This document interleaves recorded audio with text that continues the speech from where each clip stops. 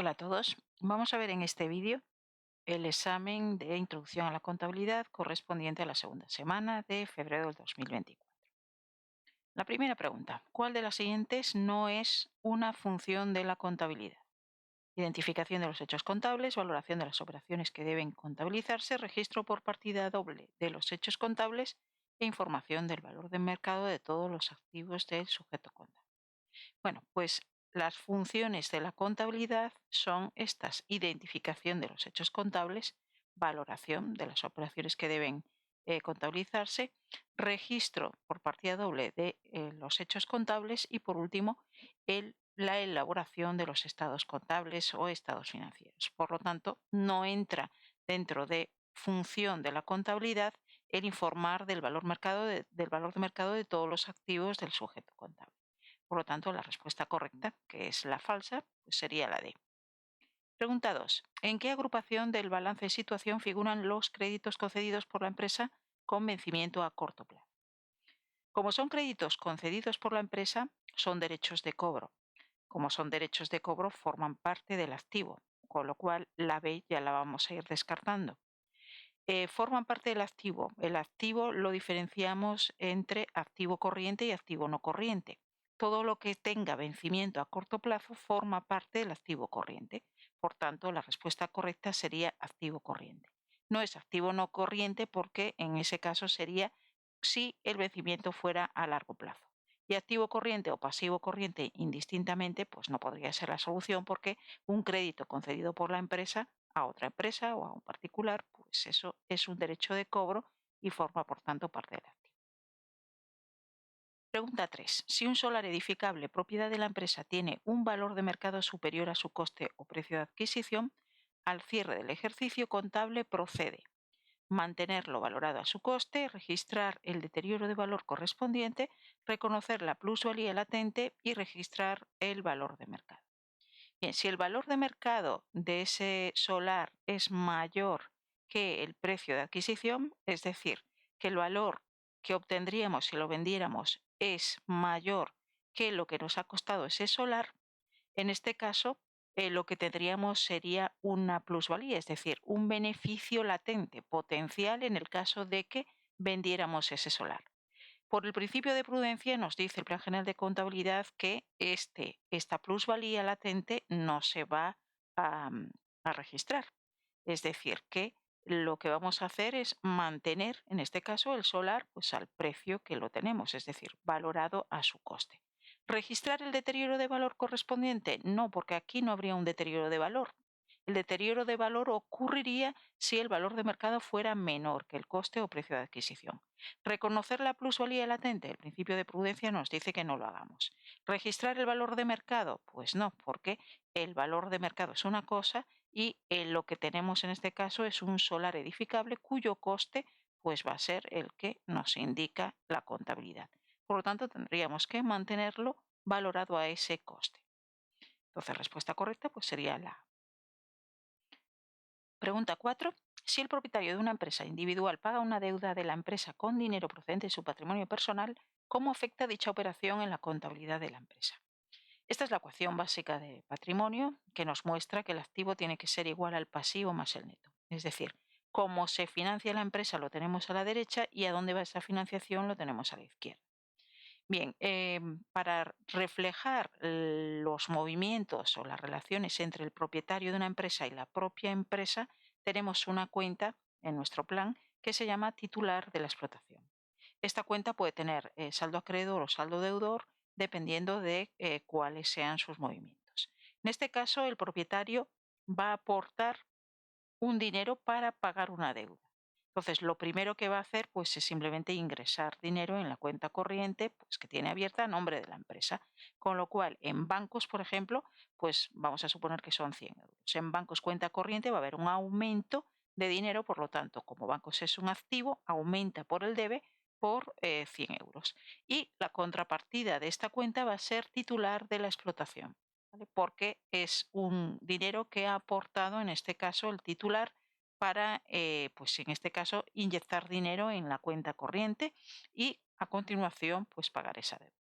Bien, cuando se paga esa deuda, se elimina el pasivo, es decir, La deuda, como se ha pagado, es un pasivo que disminuye por el debe, por esos 100, y sale dinero, el dinero que habíamos o que había el propietario ingresado anteriormente a la cuenta corriente, pues ahora sale dinero de esa cuenta corriente. Por lo tanto, bancos, que es un activo, disminuye por el haber por 100. Bien, a continuación, ¿qué vamos a hacer? Después de esta operación, tenemos que regularizar la cuenta titular de la explotación, es decir, hacerla desaparecer en términos contables. Tendríamos un saldo acreedor de 100, ¿vale? Que para saldarlo, pues tenemos que llevarlo al otro lado. Es decir, vamos a poner esos 100 en el debe. Así lo que hacemos es conseguir que el mayor o la cuenta titular de explotación pues tendría un saldo cero. Y lo que hacemos es, la contrapartida en este asiento de titular de la explotación va a ser el capital. Porque realmente, ¿qué ha hecho el propietario de esta empresa? Ha aportado dinero para hacer un pago de una deuda que es de la empresa, que no es suya particular. Por lo tanto, como ha aportado dinero, esta aportación tiene que formar parte del capital de la empresa. Entonces, ¿qué tenemos aquí? Un incremento del capital. El capital es un neto que aumenta por el haber, por esos 100 euros. En definitiva, ¿qué ha pasado? Bancos, aumento de activo en este lado, disminución de activo en este lado. Por el mismo importe, ¿qué ha pasado? Pues que el activo no se ha visto modificado. Titular de la explotación, un movimiento en el haber por 100, un movimiento en el debe por 100, pues tampoco ha pasado, bueno, han pasado cosas, pero se ha quedado saldada la cuenta. ¿Qué más tenemos? Tenemos una disminución de pasivo porque hemos pagado la deuda y tenemos un aumento del neto porque la deuda se ha pagado con una aportación del titular de la explotación por 100. Entonces, ¿cómo afecta esta operación a nuestra ecuación básica? Pues lo dicho, hay una disminución de pasivo y un aumento del neto. Disminución de pasivo, aumento del neto. La respuesta correcta entonces sería la C. ¿Aumenta el activo y disminuye el pasivo? Aquí aumenta el activo, pero aquí disminuye y por el mismo importe, por lo tanto, es como si no ocurriera nada. ¿Disminuye el pasivo? Sí, eso sí que es cierto. ¿Disminuyen el activo y el pasivo? Disminuye el pasivo, disminuye el activo aquí, pero también aumenta aquí. Entonces tampoco sería correcta. ¿Disminuye el neto? No hay una disminución del neto, todo lo contrario, porque el propietario está aportando capital, no está retrayéndolo de la empresa. Por lo tanto, esta tampoco sería correcta. Entonces, opción, pues la C. Pregunta 5. El beneficio obtenido por una empresa individual en el año 2003 fue 7.250 euros. Durante el año, el propietario hizo una nueva aportación a la empresa por 800 euros y retiró mercancía de la misma para su consumo personal, que había costado 220 euros. Si el patrimonio neto al inicio del 2003 era de 10.170 euros, ¿cuál es el patrimonio neto al final del año? Bien, entonces partimos de un patrimonio inicial, hay una serie de movimientos y tenemos que calcular el patrimonio neto al final de ese año. Bien, tenemos por un lado entonces el patrimonio inicial, partimos de él, serían 10.170. Ahora nos dice que ha obtenido un beneficio en ese año de 7.250 euros. El beneficio, es decir, el resultado en este caso positivo que ha obtenido esta empresa, forma parte del patrimonio neto. Es un recurso propio con el que la empresa pues, puede destinarlo a lo que quiera, a hacer nuevas inversiones, a pagar deudas o simplemente a quedarse, a retraerlo porque siendo una empresa individual, pues es el propietario y destina a su patrimonio personal parte. Bueno, en definitiva, pues lo que él quiere hacer. Pero no deja de ser un recurso propio que ha obtenido por el mero ejercicio de su actividad y que no tiene de qué devolver a nadie. Por lo tanto, forma parte del patrimonio neto y así, de esta forma, lo vamos a sumar. Por lo tanto, a los 10.170 le sumaríamos 7.250 euros. Después nos dice que durante ese año hizo una nueva aportación a la empresa, es decir, hay más capital, más neto implica. Por lo tanto, esa aportación también la sumaríamos por 800 euros. Y retira mercancía de la misma para su consumo personal. Como vimos en el ejercicio anterior, la cuenta que refleja la relación entre el empresario como propietario de la empresa individual y la empresa es la que llamamos titular de la explotación. En este caso, si retira mercancía, el asiento que habríamos hecho sería este, titular de la explotación a mercaderías. Es decir, menos mercaderías que hay en la empresa, activo que disminuye por el haber, y la cuenta titular de la explotación como contrapartida a esta la ponemos en el debe. ¿Y ahora qué haríamos? Pues en este caso siempre se salda esta cuenta titular de la explotación con la cuenta capital. En este caso, titular de la explotación para saldarla pasaría al haber y por lo tanto esto implicaría una disminución del capital. En este caso, como las mercaderías se han han desaparecido, se han, en este caso, retirado de la empresa para el consumo personal del propietario, pues tenemos menos patrimonio neto. En este caso, pues lo que haríamos sería disminuir el capital, ¿vale? Por ese importe. En definitiva, ¿qué ha pasado? Pues titular de la explotación por 220 en el debe y por 220 en el haber, esto quedaría saldado y realmente lo que tenemos es una disminución de mercaderías y una disminución de capital. Por lo tanto, este retiro de la mercancía supone restar 220 al patrimonio inicial, entonces menos 220. Bien, como ya tenemos todas las operaciones, haríamos 10.170 más 7.250 más 800 y menos 220. Y esto nos daría como resultado un patrimonio final que asciende a 18.000 euros. Por lo tanto, aquí la respuesta correcta sería la D. Pregunta 6. El 1 de abril la empresa pagó 2.400 euros por el alquiler anual de una plaza de garaje. En las cuentas anuales formuladas al 31 de diciembre del mismo año figurará un gasto por arrendamiento de 2.400 euros, un gasto por arrendamiento de 1.800 euros y un gasto anticipado de 600 euros, un gasto por arrendamiento de 1.800 euros y un ingreso anticipado de 600 y dependerá del enfoque utilizado de balance de resultados para registrar el pago inicial. Bien, entonces empezamos. El 1 de abril se pagan 2.400 euros por el alquiler de una plaza de garaje. Para empezar, esto como mucho va a ser un gasto. Por lo tanto, este concepto de ingreso anticipado no tiene razón de ser en esta pregunta. Tenemos que relacionarlo con un gasto. Bien, son 2.400 euros anuales. Vamos a hacer una línea temporal, ¿vale? Para ver qué periodo cubren estos 2.400 euros. Si se pagan el 1 del 4 del 01 y es un alquiler anual, quiere decir que cubre del 1 del 4 del 01 al 1 del 4 del 02. Bien, ¿qué ocurre aquí? Que 31 del 12 del 01 es siempre un punto crítico en la contabilidad. Y lo que tenemos que hacer es lo siguiente. Los gastos que correspondan al año 01 tienen que contabilizarse en el año 01. Lo que no podemos hacer es contabilizar en el año 01 algo como gasto que corresponde al año 02. Esto nos lo marca el principio contable que se llama principio de devengo. Bien, pues entonces, en este caso vamos a contar qué gasto o qué tendría que contabilizarse como gasto en el año 01. Sería el periodo que abarca desde el 1 del 4 al 31 del 12, es decir, serían 9 meses. Para eso, ¿qué hacemos? Vamos a calcular el alquiler por mes. Si esto es por año, dividimos 2.400 entre 12, tendríamos 200 euros al mes. Entonces, gasto del año 01 sería el resultado de multiplicar 200 euros por los 9 meses. Nos daría 1.800 euros. Entonces, de estos 2.400, 1.800 corresponderían a alquiler del año 01 y, por tanto, gasto del año 01.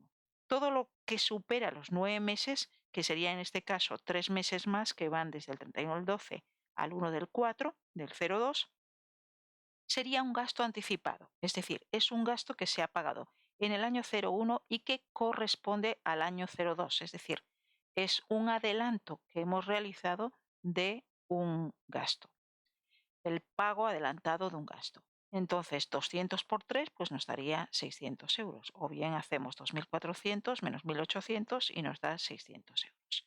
Ahora, ¿cómo se contabiliza esto? El gasto propio del año 01 se va a reflejar en una cuenta de gastos y los 600 euros que corresponden al año siguiente en una cuenta de activo. ¿Por qué? Porque vamos a reflejarlo esto como un activo corriente porque es dinero que hemos adelantado, pues en este caso, por el servicio del alquiler. Por lo tanto, nos tienen que seguir prestando ese servicio hasta que finalice el año.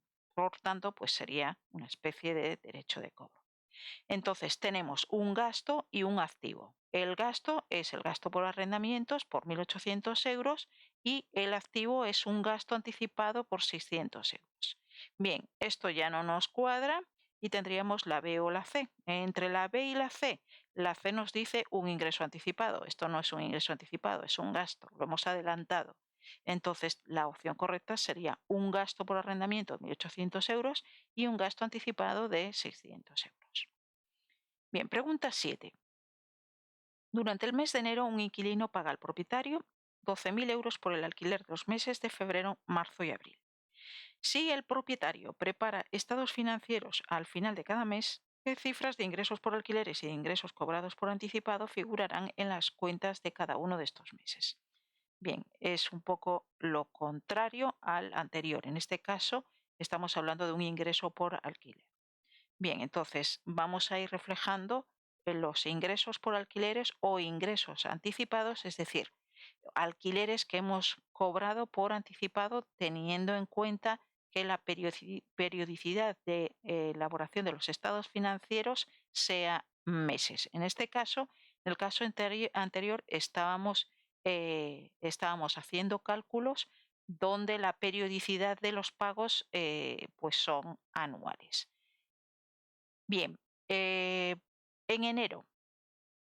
En enero se ha pagado febrero, marzo y abril. Entonces, en este caso, ingreso de enero no es nada. ¿Por qué? Porque los alquileres, en este caso esos 12.000 euros, corresponden a febrero, marzo y abril.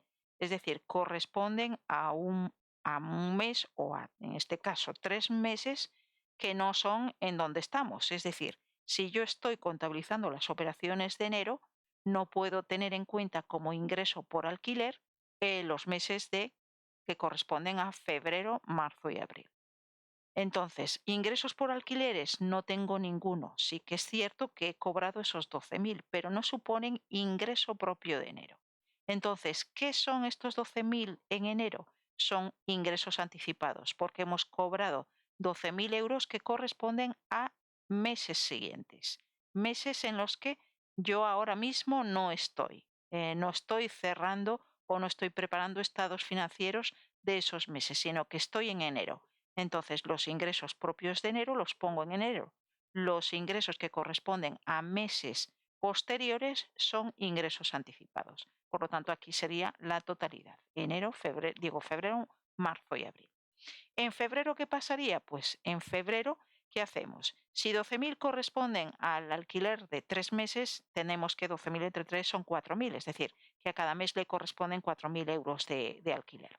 Entonces, si estamos en febrero, contabilizando las operaciones de febrero para cerrar febrero, para preparar estados financieros en dicho mes, ¿qué vamos a tener? Vamos a tener un ingreso por alquiler de febrero que sí que es ingreso por alquiler. Por lo tanto, sí que vamos a poner aquí 4.000. El resto, marzo y abril, son ingresos anticipados porque corresponden a meses posteriores. Por lo tanto, los pondríamos en ingresos anticipados. En marzo, ¿qué tendríamos en marzo? Pues en marzo tendríamos el alquiler propio de marzo, que sería un ingreso por alquiler, y después tendríamos el alquiler de abril, que sería un ingreso anticipado, porque es un ingreso que corresponde a un mes posterior. Por último, en abril, ¿qué nos quedaría? Nos quedaría el propio alquiler del mes de abril y ya no tendríamos aquí ingresos anticipados porque ya hemos cobrado los meses de febrero, marzo y abril, los cobramos en enero y el último que teníamos era el de abril. Por lo tanto, aquí ya no habría ingresos anticipados, es decir, ingresos por alquileres que corresponderían a meses posteriores a abril. Bien, entonces, una vez hecho esto, pues vamos a ver qué es lo que nos dicen. Nos dicen, en el mes de febrero hay un ingreso por alquiler de 4.000 y pasivo por ingresos cobrados por anticipado de 8.000. Bien, coincide. ¿Por qué nos dicen que esto es un pasivo? Porque en este caso la empresa ha cobrado por anticipado el alquiler de este inquilino. Entonces tiene la obligación de seguir prestándole el servicio, ¿vale? Por el tiempo que ha adelantado este inquilino. Por lo tanto, es un pasivo y se llama ingresos anticipados y va a figurar en el balance siempre en el pasivo corriente. Entonces, esta respuesta sería correcta. Ingreso por alquileres de 4.000 y pasivo por ingresos cobrados por anticipado por 8.000. La A, pues nos dice en el mes de enero un ingreso por alquiler de 12.000 no es ingresos por alquileres de 12.000. Pasivo por ingresos cobrados anticipados de 12.000, esto sí que era cierto. Pero no hay ingresos por alquileres de 12.000 porque en enero no tenemos ingresos por alquileres. Esos ingresos por alquileres corresponden a meses posteriores. Lo mismo ocurre en el mes de marzo. ¿Un ingreso por alquiler de 8.000? No, lo tenemos por 4.000. ¿Un pasivo por 4.000? En este caso, esto sí que sería cierto. En el mes de abril, ¿un ingreso por alquileres de 4.000? Sí, es cierto, pero no tenemos un pasivo por ingresos cobrados por anticipado de 4.000. Entonces, respuesta correcta, por tanto, la B. Pregunta 8. En la siguiente tabla figura la información relativa a las compras y ventas de mercaderías de una empresa comercial en su primer mes de actividad. Si la empresa cierra sus cuentas mensualmente, ¿qué ajuste procede realizar al final de dicho mes? Bien, entonces ha realizado compras, ventas, devoluciones de compras y ventas de mercaderías. Vamos a ver qué movimientos de unidades físicas ha realizado. Una compra supondría una entrada de mercancía, 200 positivo, una venta, una salida, una devolución de compras, una salida y una venta de mercaderías, también una salida de existencias. Si hacemos esta operación con los movimientos de las unidades, tendríamos que al final en este caso, de este mes, pues nos quedaría unas existencias finales de 30 unidades. Aquí tenemos los precios unitarios. En este caso, los precios unitarios de las compras y de la devolución de compras es de 120 y de las ventas es de 150. Pero los movimientos de existencia siempre se van a reflejar al precio de coste. En este caso, no podemos tener en cuenta o no podemos valorar la venta de mercaderías en los dos casos a 150. Este es el precio de venta. ¿Vale? Pero en este caso, pues los ajustes que vamos a hacer en las existencias, pues siempre las vamos a valorar a un precio de coste, sea el método que sea. Por lo tanto, aquí que hemos ido calculando. Si yo cojo 200 unidades por su precio unitario, pues me daría 24.000. Aquí la venta de mercaderías, ¿cómo la valoraría? Serían 100 unidades a 120, 12.000. La devolución de compras, 20 a 120. Pero la venta de mercaderías sería 50 a 120. Es decir, que valoro las ventas al precio de coste. Bien, si hacemos los mismos movimientos, las mismas operaciones en las unidades físicas, igual lo hacemos en los importes, pues nos daría que estas existencias finales tienen un valor de 3.600. O es lo mismo que simplemente multiplicar las 30 unidades que tengo por su precio de coste, que sería 120. 30 por 120, pues nos daría 3.600. Entonces, ¿qué ajuste vamos a hacer si cierran las cuentas mensualmente? ¿Qué ajuste haremos en cuanto a las existencias? Bien, para ajustarlas, en este caso la cuenta de mercaderías, utilizamos una cuenta que se llama variación de existencias de mercaderías. Aquí, según nos dicen, no tenemos existencias iniciales, es decir, ya hemos partido día 5 de una compra, después hemos hecho una venta, una devolución y una venta. Por lo tanto, las existencias iniciales no las tenemos, pero sí que al final nos quedan unas existencias finales de 30. Bien, ¿qué tenemos que hacer? Pues las compras, las ventas, las devoluciones las hemos ido reflejando en sus respectivas cuentas. Y ahora lo que tenemos que hacer es, a cierre de este mes, ajustar la cuenta de mercaderías al valor que tienen las existencias finales, en este caso al final de mes. Entonces, vemos que tenemos existencias finales de 30 unidades y valoradas a 3.600. Por lo tanto, en mercaderías, como un activo que aumenta por el debe, vamos a tener que registrar este importe de 3.600 en mercaderías. Es decir, que la B o la D, ¿vale?, podrían ser las correctas. La A y la C ya las descartaríamos porque tiene mercaderías en el haber.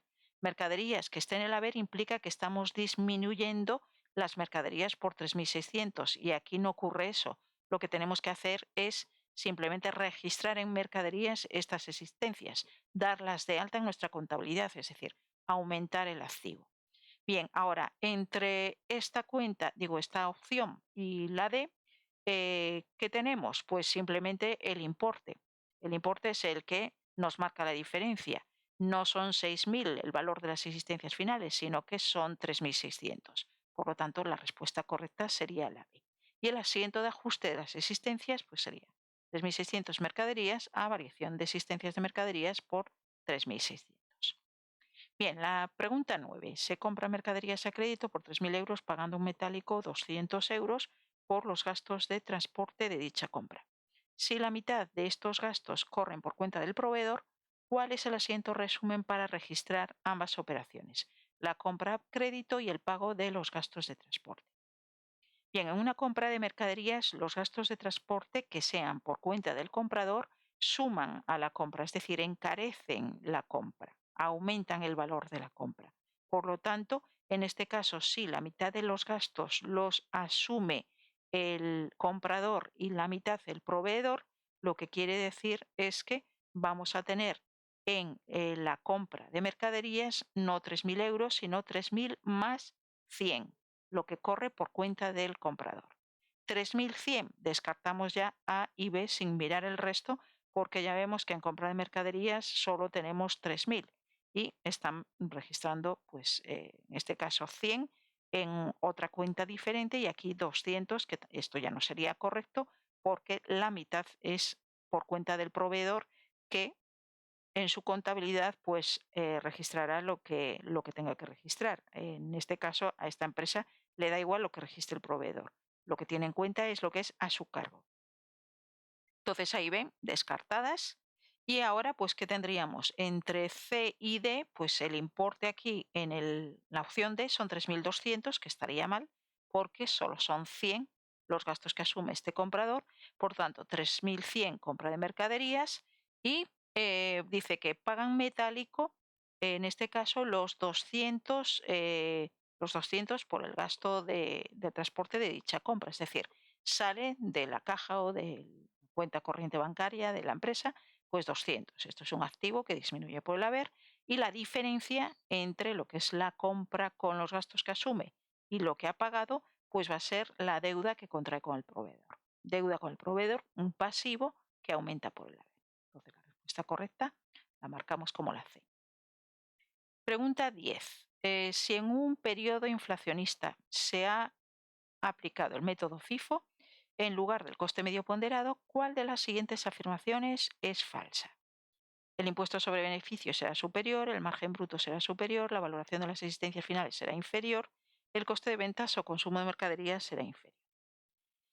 Bien, en un periodo inflacionista implica que los precios están subiendo constantemente. Y FIFO es el método de valoración de existencias que nos dice que los primeros precios que entran son los primeros que salen. Si los primeros que entran son los primeros que salen, quiere decir que los precios más antiguos o que cuando tenga que dar salida a existencias, las voy a valorar a los precios más antiguos. Entonces, ¿qué va a ocurrir? Que las existencias finales me van a quedar valoradas a los últimos precios que, si tenemos una tendencia inflacionista, van a ser los precios más altos. ¿Y esto qué repercusión va a tener? Bien, pues vamos a ir viendo cómo afecta a determinadas partidas. El coste de ventas, por ejemplo, el coste de ventas se calcula de esta manera: son las existencias iniciales más compras menos las existencias finales. Si las existencias finales me quedan valoradas a precios muy altos, quiere decir que esta parte de esta operación es grande, es decir, que a las existencias iniciales más compras le estoy restando una cantidad muy alta. ¿Y esto qué hace en el coste de ventas? Si yo a esto le estoy restando una cantidad muy alta, ¿qué va a ocurrir con el coste de ventas? Que va a ser menor. Entonces, ¿cómo afecta en el FIFO una tendencia inflacionista? Bueno, pues que la valoración de las existencias no, que el coste de ventas va a ser menor. ¿El coste de ventas o consumo de mercaderías será inferior? Pues sí, esta sería correcta. Recordar que estamos buscando la falsa. Bien, ¿cómo afectaría esto al margen? ¿vale? Lo ponemos porque está aquí haciendo referencia en la opción B al margen. El margen bruto no es más que la diferencia entre las ventas y el coste de ventas.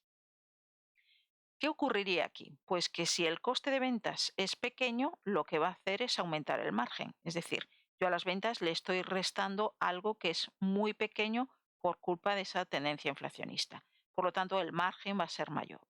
¿El margen bruto será superior? Pues sí, también es correcto. ¿Cómo afecta esto al impuesto sobre beneficios? El impuesto sobre beneficios se calcula como un tipo impositivo, un porcentaje sobre el resultado, o en este caso sobre el margen. Si por tanto el margen es grande, el impuesto va a ser grande porque yo estoy aplicando un porcentaje sobre algo que es grande. Si esto es pequeño, pues el impuesto va a ser pequeño. Entonces, en este caso, como es grande el impuesto sobre beneficios, pues también sería superior. La opción A, por tanto, sería correcta. El impuesto sobre beneficios sería superior. ¿Y qué nos dicen aquí en el apartado C, que sería la falsa? La valoración de las existencias finales sería inferior.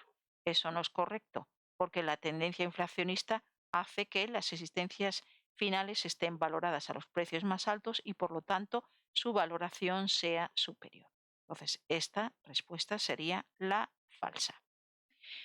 Pregunta 11. Un incendio destruyó la totalidad del inventario de una empresa de distribución de artículos de papelería, pero afortunadamente pudieron salvarse los registros contables que presentaban en la fecha del incendio la siguiente información: cifras en euros. Venta de mercaderías 56, compra de mercaderías 40, mercaderías existencias iniciales 4.000. Suponiendo que el margen bruto promedio fuese el 25% del precio de venta, ¿cuál es el coste estimado del inventario destruido por el incendio? Bien, tenemos que el margen bruto, como hemos visto en la pregunta anterior, es igual a las ventas menos el coste de ventas. Nos dicen que el margen bruto es el 25% del precio de venta y tenemos aquí las ventas por 56. Entonces, margen bruto, 25% de las ventas, es decir, 25% de 56 igual a las ventas menos coste de ventas. Esto me permite calcular aquí el coste de ventas despejando. Pues nos daría 56 menos el 25% de esto, serían 42.000. Y ahora podríamos calcular las existencias finales, es decir, las existencias finales van a ser existencias iniciales más compras menos coste de ventas. Simplemente si las despejo de aquí, existencias finales pasan para este lado, tendría iniciales más compras y esto pasa para la derecha. Por lo tanto, esta expresión. Entonces, tengo ya todos los datos. Existencias finales serían igual a las iniciales, que son 4.000, las compras, que son 40.000, y tengo el coste de ventas, que son 42. Por lo tanto, las existencias finales las tendría valoradas en 2.000. Nunca podría coger las ventas, porque las ventas, o sea, no podría valorar las existencias finales al precio de venta, sino que tengo que valorarlo siempre al precio de coste, o lo que es las ventas a precio de coste. ¿Vale? Por eso hemos tenido que calcular el coste de ventas. Entonces, existencias finales, pues serían por un valor de 2.000 euros. Respuesta correcta, por tanto, la B. Bien, pregunta 12. Los registros contables de una empresa correspondientes al mes de enero de cierto año proporcionan la siguiente información referida al único artículo que comercializa. Entonces tenemos movimientos a lo largo de enero, existencias iniciales, primera compra, primera venta, segunda compra, tercera compra, segunda venta. Movimientos de unidades físicas, los precios unitarios y el coste total, que sería pues ir multiplicando unidades físicas por precio. No tenemos las ventas porque las ventas hay que valorarlas a el método de valoración de existencias que utilicemos. En este caso nos dicen, si la empresa utiliza el método FIFO e inventario permanente, ¿cuál es la valoración de las existencias al 31 de enero? Hacemos el movimiento de unidades físicas, es decir, sumamos las entradas y restamos las salidas. Nos daría unas existencias al final de enero de 150. Estas existencias van a estar valoradas, si estamos utilizando FIFO, al último precio que tengamos, que sería 4,85. Por lo tanto, la valoración de las existencias al 31 de enero sería 150 unidades por 4,85, que nos daría 727,50 euros. Por tanto, respuesta correcta, la C. Pregunta 13. Al final del ejercicio contable, la empresa estima el importe de los créditos concedidos que considera de dudoso cobro. ¿Qué asiento ha de hacer para registrar dicho deterioro? Bien, se supone que al final del ejercicio contable está utilizando lo que llamamos el sistema global de registro de deterioros de valor de créditos comerciales. En este caso, al final del ejercicio, lo que vamos a hacer es un asiento que refleje esa estimación de deterioro de créditos. Y para reflejar la estimación de los deterioros de créditos, utilizamos una cuenta de gastos que refleje esas pérdidas, se llama pérdidas por deterioro de créditos por operaciones comerciales, y lo que hacemos es utilizar en el lado del haber una cuenta compensadora. Una cuenta compensadora que está compensando al activo, es decir, en un balance de situación, esta cuenta la vamos a poner del lado del activo, ¿vale? Restando a clientes efectos comerciales a cobrar, es decir, a los derechos de cobro sobre los créditos por operaciones comerciales. Entonces, como va a estar restando, pues se trata de una cuenta compensadora de activo. Las cuentas compensadoras de activo funcionan pues al revés de la que compensan. En este caso, si lo que está compensando son los créditos sobre clientes, pues si clientes aumenta por el debe y disminuye por el haber, que es una cuenta de activo, pues esta cuenta compensadora entra por el haber y sale por el debe. Es decir, lo hace al revés que la cuenta que compensa. Bien, por lo tanto, ¿qué tenemos? Tenemos una cuenta de gastos y tenemos una cuenta compensadora. En este caso, este es el cargo es la anotación en el debe y el abono es la anotación del haber. Entonces, en el apartado A nos dice cargo en una cuenta de activo, no, y una cuenta de ingresos tampoco, cuenta de gastos sí, pero esto no es una cuenta de neto, cuenta de activo no, porque esto es cuenta de gastos, cuenta de pasivo tampoco, porque es que es compensadora de activo. Entonces, la respuesta correcta pues, sería la D. Y lo que hacemos siempre en este caso es registrar el deterioro de este ejercicio y saldar o anular el deterioro si lo hubiera del ejercicio anterior. En este caso, pues para saldarlo, lo que haríamos sería reflejar el deterioro de valor de créditos por operaciones comerciales en este lado y aquí utilizaríamos una cuenta del grupo 7, una cuenta de ingresos. ¿Vale?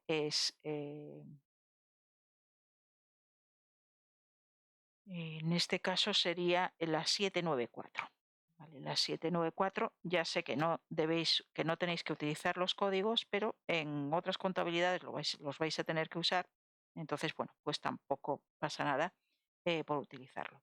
La cuenta sería la 794, que es la reversión del deterioro de créditos por operaciones comerciales. Pero bueno, en este caso, ¿vale? Solo nos hacen referencia a cómo se reflejaría el deterioro de este ejercicio. Por tanto, este asiento. Bien, pregunta 14. ¿Cómo se registra una compra de mercaderías cuyo importe total ya se había anticipado al proveedor mediante transferencia bancaria si la empresa utiliza el sistema de inventario permanente? Bien, cuando se anticipó el valor en este caso se supone el valor total de la compra, lo que reflejamos o lo que utilizamos fue esta cuenta anticipos a proveedores y la llevamos a bancos. Es decir, ¿qué es un anticipo a proveedores? Es un adelanto que le hacemos a una empresa porque vamos a comprar en el futuro. Entonces estamos adelantando dinero, pues bueno, como garantía de que a ese proveedor pues le vamos a realizar la compra en el futuro. Entonces, como adelantamos dinero, esto funciona, digamos, o el razonamiento que tendríamos sería como una especie de derecho, es decir, estamos adelantando dinero, pero ese dinero no es del proveedor. ¿Vale? Entonces tenemos un derecho sobre el proveedor. Por lo tanto, vamos a darle entrada por el debe, como un activo que aumenta por el debe, y como entregamos dinero, pues bancos disminuye por el haber. Siendo activo, activo disminuye por el haber. Entonces, así habríamos reflejado el anticipo y ahora, en el momento en que la empresa realiza ya la compra de mercaderías, utilizando el inventario permanente tenemos que utilizar la cuenta mercaderías, realmente se llama así mercaderías, no inventario de mercaderías, pero en el libro pues hace referencia siempre a esta notación. Entonces, inventario de mercaderías y en el momento en que ya hemos comprado la mercancía, el anticipo a proveedores lo tenemos que saldar. Lo eliminamos o lo dejamos saldado a cero. ¿Vale? Entonces sería inventario de mercaderías a anticipos a proveedores. Anticipos a proveedores a bancos, esta no sería correcta porque este es el asiento, el registro de la operación que realizamos cuando realmente estamos entregando el anticipo, es decir, con anterioridad a que se realice la compra. ¿Compra de mercaderías anticipos a proveedores? Pues tampoco, porque el anticipo se registra con anterioridad a la compra. Inventario de mercaderías a compra de mercaderías, esto no tiene sentido. Reflejar en un mismo asiento dos cuentas, ¿vale?, que se utilizan. En este caso, la compra de mercaderías la utilizamos cuando estamos bajo el sistema de inventario periódico. Bien, pues entonces la correcta sería inventario de mercaderías a anticipos a proveedores. Pregunta 15. Las cuentas Hacienda Pública IVA repercutido y Hacienda Pública IVA soportado son cuentas de balances o cuentas de resultados. La primera es un ingreso y la segunda es un gasto. La primera es un activo y la segunda es un pasivo. Son las dos cuentas de balance, en el sentido de que la cuenta Hacienda Pública IVA soportado es una cuenta de activo y la cuenta Hacienda Pública IVA repercutido es una cuenta de pasivo. La cuenta Hacienda Pública IVA soportado registra o reconoce el derecho que tiene la empresa a que Hacienda le devuelva el IVA soportado. Y la Hacienda Pública IVA repercutido reconoce la obligación de pago que tiene la empresa por el IVA que haya repercutido, pues, por ejemplo, a sus clientes. Por lo tanto, una es activo y la otra es pasivo, es decir, cuentas de balance. Pregunta 16. La empresa pagó a un despacho de economistas 2.550 euros en metálico por diversos servicios, realizando la obligatoria retención a cuenta de impuestos. ¿Cómo se registra esta operación? Bien, entonces, si paga un despacho de economistas 2.550 euros en metálico, se supone que está habiendo una salida de dinero en la empresa por dicho importe. Y esto corresponde a un gasto realizado a un despacho de economistas. Eso tiene que reflejarse como gasto, por tanto, en una cuenta de gastos que se llama servicios, bueno, la oficial, digamos, según el cuadro de cuentas, se llama servicios de profesionales independientes. Pero bueno, lo dejamos así como servicios profesionales. Bien, servicios profesionales, pues sería gasto, es decir, la cuenta en las 4 opciones que tenemos es la correcta, pero no así coinciden los importes. Bien, ¿qué ocurre aquí? Nos dice que se realiza la obligatoria retención del 15%. Entonces, ¿qué quiere decir esto? Que realmente al despacho de economistas no se le va a pagar el total que nos está facturando, porque de ese total un 15% se lo retiene Hacienda a cuenta del impuesto de la renta. Es decir, que después Hacienda, ese despacho de economistas, cuando ellos realicen la declaración de la renta, pues Hacienda le va a restar o descontar eso que previamente pues les ha quitado, en este caso, de esa factura, como pago a cuenta del impuesto a la renta. Bien, entonces, ¿qué se supone? Que estos 2.550 euros no es realmente lo que nos está facturando el despacho de economistas, sino que es una cantidad mayor. Entonces, ¿es una cantidad mayor? Pues, ¿cuál sería en este caso? Pues aquí tenemos que son 3.000. ¿De dónde obtenemos estos 3.000? Pues de la siguiente fórmula. Si tenemos que el pago es 2.550, sí que tenemos claro que en caja o en bancos se ha producido una salida de dinero por 2.550, es decir, hay un activo que disminuye por el haber, el concepto es caja, por 2.550. En este caso, estas dos opciones estarían correctas en cuanto a lo que tenemos en caja. De aquí ahora, ¿por qué sabemos que en este caso los servicios profesionales ascenderían a 3.000 y no a 3.450? Pues por lo siguiente. Esto sería, digamos, el importe, vamos a llamarle X. Esto sería el importe que nos estarían facturando este despacho de economistas. Entonces, vamos a llamarle X. X menos un 15% que se va a quedar Hacienda, es decir, un 15% de X, sería lo que estaríamos cobrando, es decir, 2.550. Bueno, cobrando no, perdón, pagando como empresa, cobrando el despacho de economistas. Bien, entonces, si de aquí hacemos operaciones, ¿qué tenemos? Que esto es 0,85 por X igual a 2.550. Y despejando de aquí la X tendríamos que es 2.550 entre 0,85 que nos daría 3.000. Entonces, 3.000 sería la factura que nos pasa el despacho de economistas sin retención y es la que tenemos que reflejar, es el importe que tenemos que reflejar como gasto. Por lo tanto, sería correcta esta, servicios de profesionales, por 3.000, no por 3.450. A caja 2.550, es decir, es una vez realizada la retención al importe inicial y después tenemos que reflejar esto 15% que no le pagamos al despacho de economistas, pero que por cuenta de ese despacho de economistas vamos a entregarle a Hacienda en concepto de el impuesto de la renta que pagará en su momento el despacho de economistas. Entonces tenemos una cuenta que funciona o que es un pasivo porque es una obligación que contrae la empresa por cuenta del despacho de economistas, ¿vale? Y que tiene que entregar a Hacienda pues esa retención que se le ha efectuado, ¿vale? a dicho despacho. Por lo tanto, esto es una cuenta de pasivo, por tanto aumenta por el haber, ¿por qué importe? Pues el 15% de los 3.000. 15% de 3.000 nos daría 450. Entonces, respuesta correcta, la opción C. Pregunta 17. Un terreno que costó 82.000 euros se ha vendido al contado por 73.000 euros. ¿Cuál es el efecto de dicha venta sobre los elementos del balance? Es decir, sobre el activo, el pasivo y el patrimonio neto.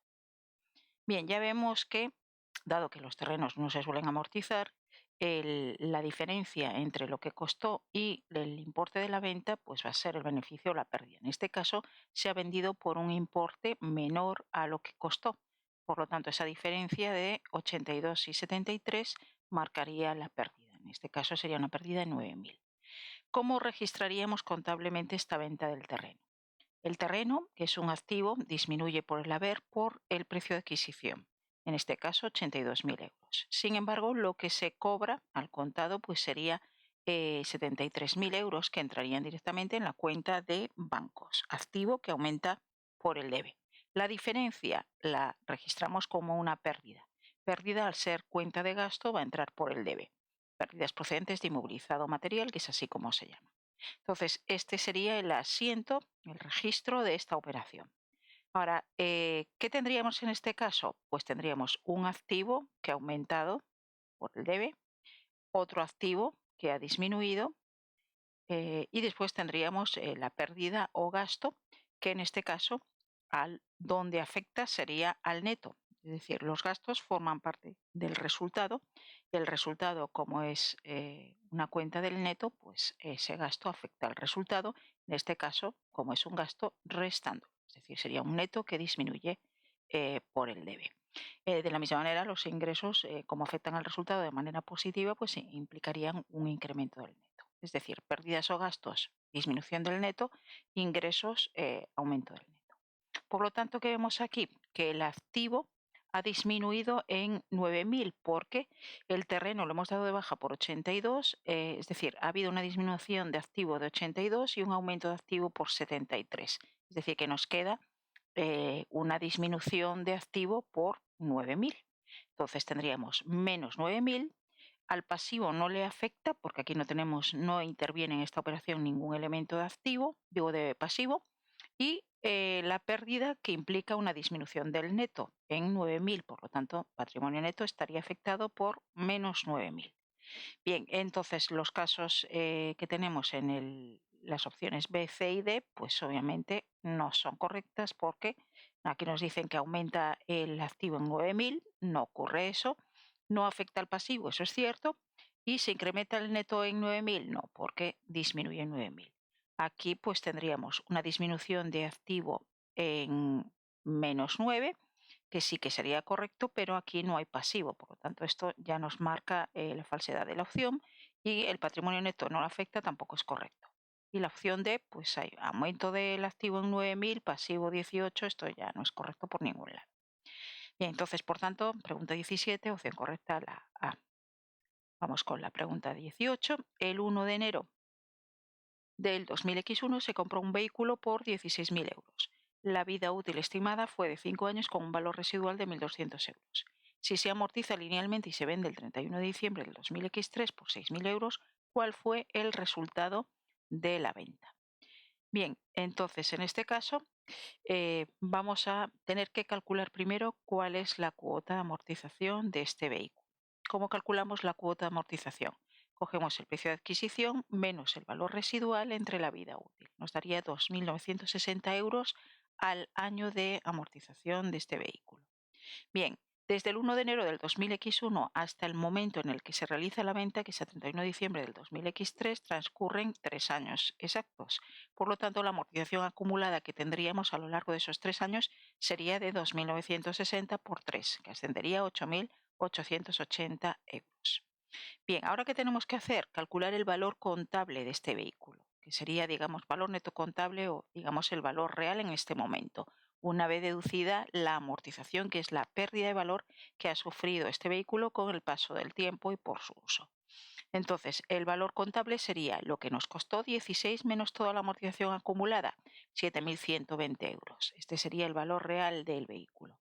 Bien, en este caso lo hemos vendido por 6.000, con lo cual ya sabemos en este caso cuál sería el resultado de esta operación. Sería la diferencia entre el valor de la venta y el valor contable. Como el valor de la venta es 6.000 y el valor contable del vehículo es de 7.120, es decir, el valor contable es superior al valor de la venta, pues en este caso esta venta implica una pérdida de 1.120 euros. Pregunta 19. ¿Cómo se denominan los pagos que realizan las sociedades anónimas a sus accionistas en concepto de retribución por sus aportaciones a la sociedad? Bien, el hecho de que un accionista tenga acciones de una sociedad anónima le confiere, digamos, el derecho a percibir lo que se llaman dividendos activos, que van en función del beneficio que obtenga la sociedad, pues según el ejercicio económico. Dividendos pasivos serían las aportaciones que tienen pendientes los socios por aportar a la sociedad. Es decir, es todo lo contrario, es algo que tienen pendientes los socios. Las acciones no son, ¿vale? No son retribución por sus aportaciones a la sociedad. Y las participaciones sociales tampoco. Entonces la respuesta correcta sería dividendos activos. Pregunta 20. ¿Quién o quiénes están obligados legalmente a firmar las cuentas anuales de una sociedad anónima? Pues los administradores. El contable ejerce sus funciones en la contabilidad, es decir, eh, lo que hace es registrar operaciones, elaborar estados financieros, etcétera, etcétera. El auditor de cuentas pues también tiene su digamos, responsabilidad, que es auditar las cuentas, comprobar, ¿vale?, que todo se realiza conforme a la legislación, y todos los indicados en las otras respuestas, pues no, porque no tienen que firmar ni todos, ni un contable, ni un auditor de cuentas, ¿vale? Siempre esto es competencia de los administradores de la sociedad. Bien, pues con esto se acaba la resolución de este examen de la segunda semana del 2024 de Introducción a la Contabilidad. Espero que os sirva de ayuda y nada más, nos vemos en el siguiente vídeo.